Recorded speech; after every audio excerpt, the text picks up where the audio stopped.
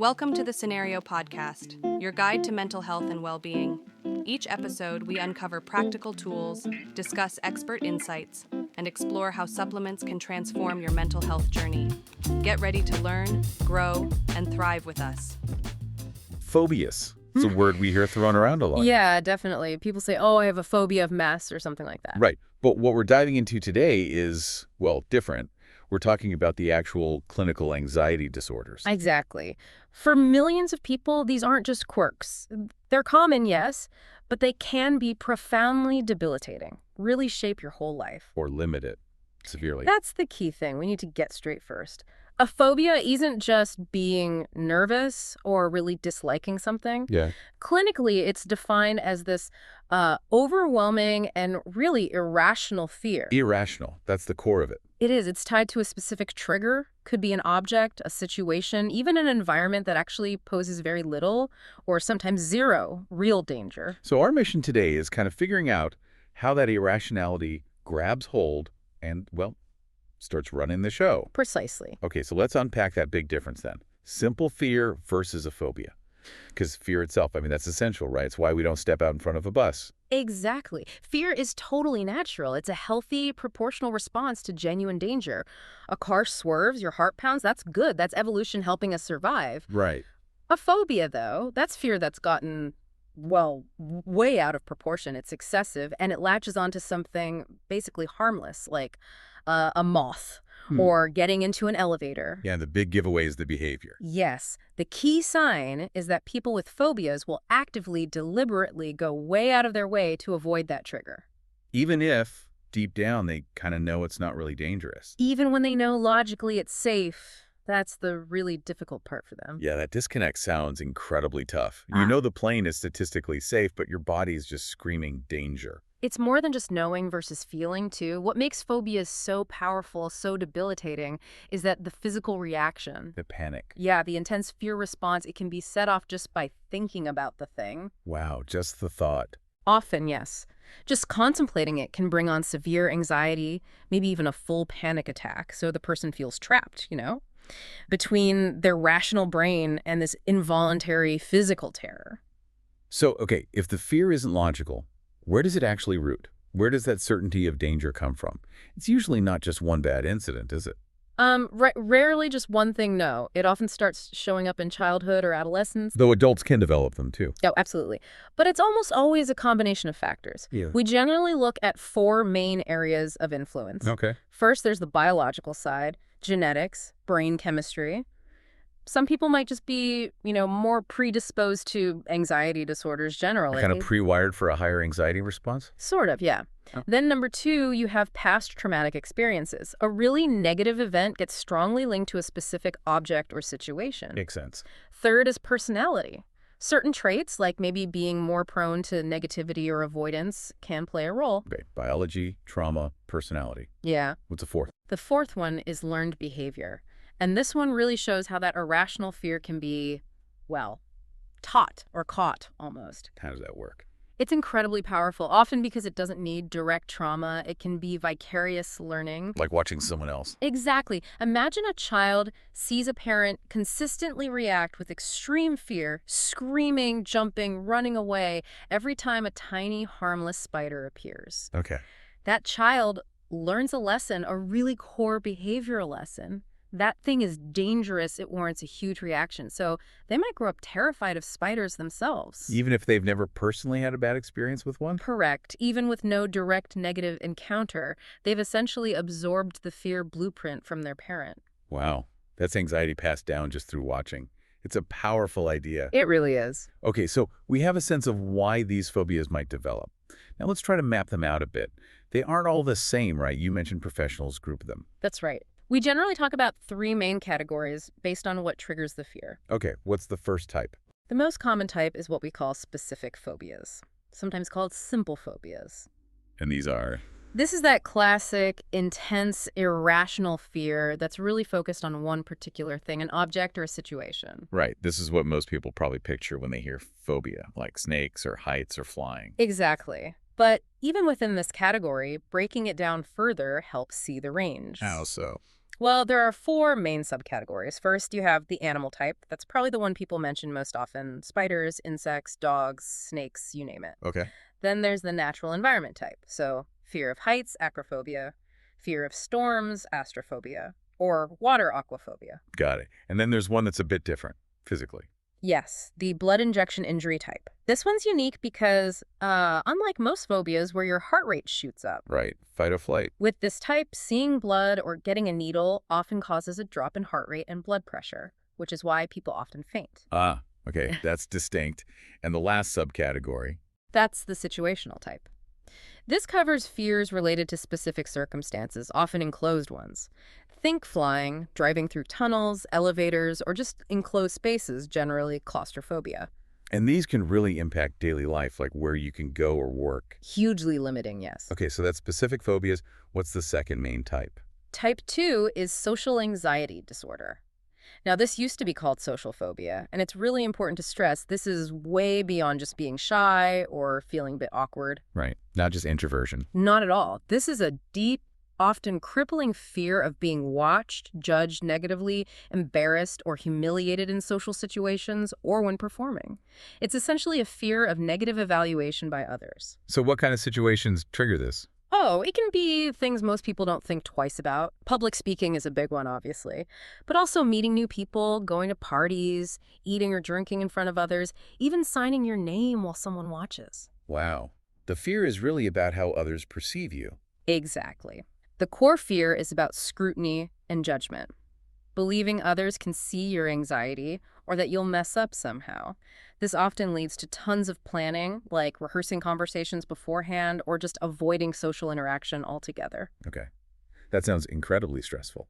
And the third type, you said this one is often misunderstood. Yes, type 3 is agoraphobia. People often think this just means someone who won't leave their house. But it's more complex than that. Much more. The definition is actually quite specific. Agoraphobia is the fear of being in places or situations where escape might be difficult. Yeah. Or maybe even more crucially, where help might not be available if they were to have a panic attack. Ah, so the fear isn't necessarily about the place itself, like the mall. Not directly. It's more about the fear of losing control in that place and not being able to get out or get help. It's catastrophic thinking about a potential panic attack. So it's kind of a fear of the fear itself, or the panic attack. Precisely. That's a great way to put it, which means the triggers can be really varied. Like what? Crowded places, sure, malls, concerts, but also public transport where you feel trapped.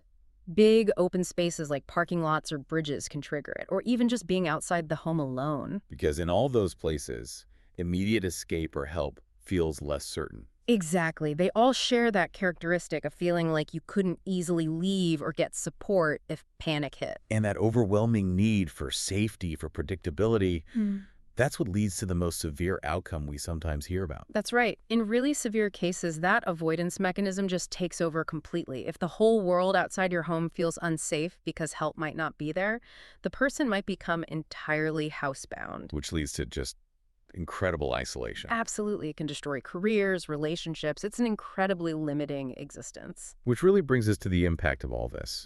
What does living in this constant state of avoidance, this hyper-alertness, actually do to someone, physically and mentally? Well, the physical side is intense because when the trigger is there, or like we said, even just imagine the body goes into full-on fight or flight. The same reaction as if there was real danger. Identical. A phobia can absolutely trigger a full panic attack.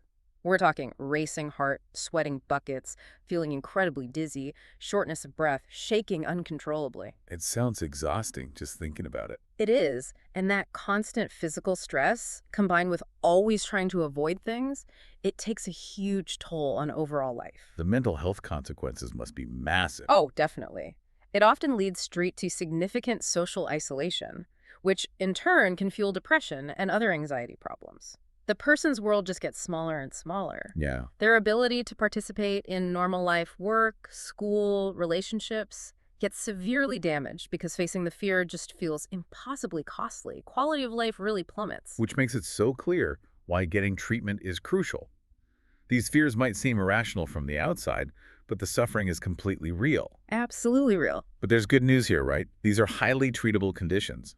Very much so. There are excellent evidence-based treatments that often lead to huge improvements, sometimes even full recovery. What's the main approach? Well, a cornerstone is cognitive behavioral therapy, or CBT. Okay, CBT. How does that help with this kind of irrational fear? It's really effective because it directly tackles that conflict we talked about, the rational brain versus the irrational fear response. CBT helps people learn to identify the negative, automatic, irrational thoughts that fuel the phobia. Like, if I get on that plane, it will crash. Exactly. And then it teaches you how to challenge those thoughts, to examine the evidence and replace them with more realistic ones. So it's like training your rational brain to talk back to the panic. That's a good way to think about it, yes. Mhm. And crucially, CBT also teaches practical coping skills. How to manage the physical symptoms of anxiety when they do arise, learning that the physical feelings, while scary, aren't actually dangerous and will pass. Learning that the catastrophic thoughts I'm going to faint or die or make a fool of myself are just thoughts, not facts. Precisely. And that the physical response is manageable. Okay, CBT sounds foundational. Then there's another strategy, one that sometimes sounds a bit scary itself. Ah, you mean exposure therapy. Yes. How does that work? It sounds like just facing your fear head on. Well, it is about facing the fear, but it's done in a very careful, gradual, and systematic way. It's definitely not about throwing someone in at the deep end. Okay, The whole point is to break that cycle of avoidance. Remember how avoiding the feared thing brings immediate relief from anxiety? right, which reinforces the avoidance next time. Exactly. That relief is a powerful reward. Exposure therapy works by preventing that escape, that avoidance reward. It allows you to stay with the anxiety in a safe, controlled way until it naturally decreases on its own. So it teaches your brain through experience that the feared outcome doesn't happen. That's the core principle. It's called habituation or desensitization. So how gradual is it? Let's take that animal phobia example again. It's very step by step. It's all about creating a fear ladder or hierarchy. So someone terrified of dogs might start at the very bottom rung, maybe just looking at cartoon drawings of dogs. Okay. Then perhaps looking at realistic photos, then watching short videos of dogs. Then maybe being in the same room as a calm dog on a leash far across the room, Building up slowly. very slowly at the person's own pace. Eventually progressing to maybe standing closer and much later, perhaps controlled interaction like petting the dog. The key is that each step the person stays with the anxiety until it peaks and falls, without escaping. And because nothing terrible happens. The brain learns, it reevaluates that link between the trigger, the dog, and the expected catastrophe, like being attacked, gets broken. The fear response lessens over time. It's literally rewiring that safety system through new, safe experiences. Yeah. Makes a lot of sense. And finally, you mentioned support. Yes, education and support systems are really important too. Just learning about the phobia, knowing you're not alone, that millions have this, that the physical symptoms are a known anxiety response can be incredibly validating. Takes away some of the shame or feeling crazy. Exactly. And then combining therapy with support from family, friends, maybe a support group, that helps people stay motivated, especially when facing the initial discomfort of exposure therapy and fighting those strong urges to avoid again. Okay, so wrapping this all up. Yeah. Whether it's a relatively straightforward specific phobia, like a fear of flying, or something as complex and life-altering as agoraphobia. They're all real anxiety disorders. They genuinely undermine a person's quality of life. And the big takeaway for you listening is probably understanding that disconnect the logical mind knowing something is safe, while the body screams danger is the first step. It is. And knowing that unlocks the path to using those proven treatments, like CBT and exposure therapy, to really reclaim control. It offers a clear way forward. Definitely.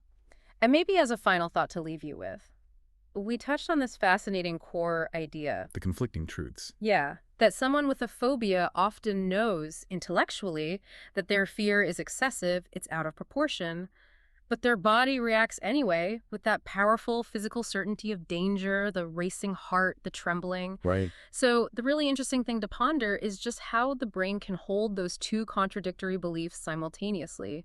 The rational knowledge of safety side by side with the involuntary physical conviction of danger. And how therapy is essentially the process of helping those two systems communicate again. Exactly. It's about systematically re-educating and reconnecting the rational brain with the body's alarm system, showing it through experience what's truly safe. It's quite a journey of reintegration. Thanks for tuning in to the Cenario podcast. Don't forget to visit Cenario.com for more expert tips, articles, and supplements designed to support your mental health. If you enjoyed this episode, remember to subscribe and share it with a friend. Until next time, take care of yourself.